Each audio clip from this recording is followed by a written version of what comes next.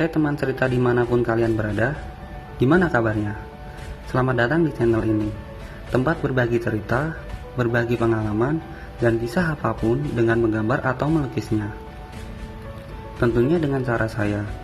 Meskipun saya bukanlah seorang profesional drawing ataupun seorang seniman lukis profesional, namun saya sangat berharap kalian penikmat seni rupa atau seni menggambar, dan juga kalian yang baru mampir di channel ini bisa menikmatinya. Oh iya, dan juga kalian bisa terus support channel ini dengan cara subscribe channel ini, like jika kalian suka, unlike jika kalian kurang suka, komen di kolom komentar sesuka kalian, serta share agar video di channel ini bisa tersebar. Nah, di video pertama kali ini saya akan bercerita mengenai keresahan saya sendiri. Keresahan di bidang seni rupa atau seni menggambar. Mungkin sedikit kurang menarik untuk dibahas, tapi mungkin bisa saja ada sedikit pembelajaran tentang suatu optimisme maupun kepercayaan diri. Ini kisah nyata pribadi saya, dan itu juga salah satu alasan saya membuat konten video pertama saya mengenai seni rupa atau seni menggambar dengan cerita di dalamnya. Karena ini cerita bergambar pertama saya, maaf jika alur cerita di dalam video ini kurang menarik dan membosankan. Saya dan seni menggambar. Ya, bukanlah suatu keahlian utama saya ataupun bakat terpendam saya. Namun ada rasa suka di bidang seni ini. Entah sekedar penikmat karya-karya seni rupa, juga pelaku karya seni rupa itu sendiri. Seiring perkembangan teknologi yang sangat cepat, saat ini banyak orang yang berbakat dalam bidang seni, terutama seni rupa. Nah teman-teman, ini hanya pengalaman nyata yang saya buat cerita. Juga penilaian saya pribadi mengenai seni rupa ataupun seni menggambar. Bukan merasa seniman, sebagai orang awam, bahkan saya tidak tahu tipe atau gaya seni rupa apa yang menjadi ciri saya. Entah gaya klasisme, realis, natural, ekspresi, surreal, abstrak, kaligrafi, dan lain sebagainya. Seni rupa secara umum adalah sebuah karya seni yang bisa dilihat oleh mata dan bisa diraba dengan indera peraba. Apapun itu, saya menyukainya. Seringnya menggambar kadang membuat saya lupa waktu, tidur larut malam, diri tak keurus, dan sebagainya. Tapi semua itu terbayarkan jika saya menyelesaikan satu lembar gambar yang saya rasa cukup untuk saya nikmati sendiri. Ya meski gambar sederhana.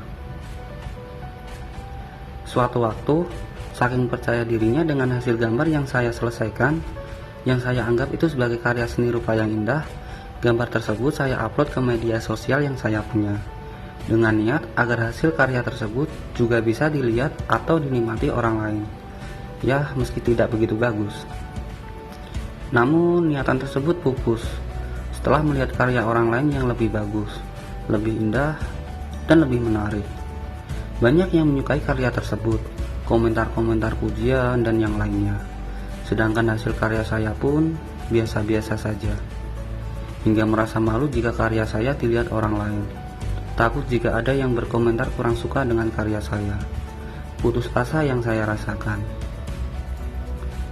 Kembali ke rutinitas biasa, sebagai orang biasa, hanya sebagai penikmat karya seni rupa dari orang lain, melalui sosial media, buku-buku, pameran-pameran, bahkan hingga museum atau galeri seni rupa yang ada di daerah saya.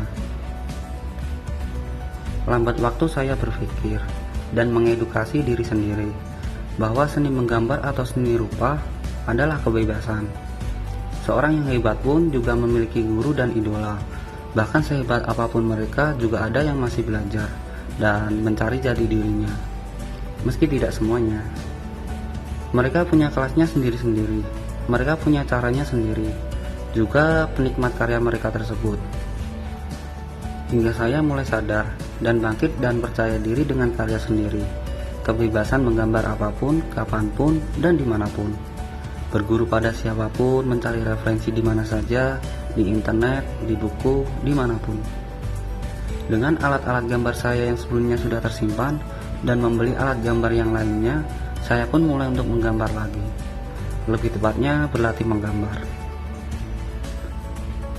Dan kini saya mulai percaya diri mengupload, memposting, membagikan karya saya ke media sosial.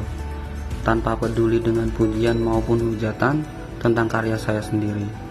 Meski ada banyak hasil karya seniman-seniman hebat, seniman-seniman terkenal, dan seniman-seniman kreatif di dunia ini, yang tentunya karyanya lebih bagus, lebih indah, dan lebih sempurna, saya tetap percaya diri dengan karya sendiri yang saya buat.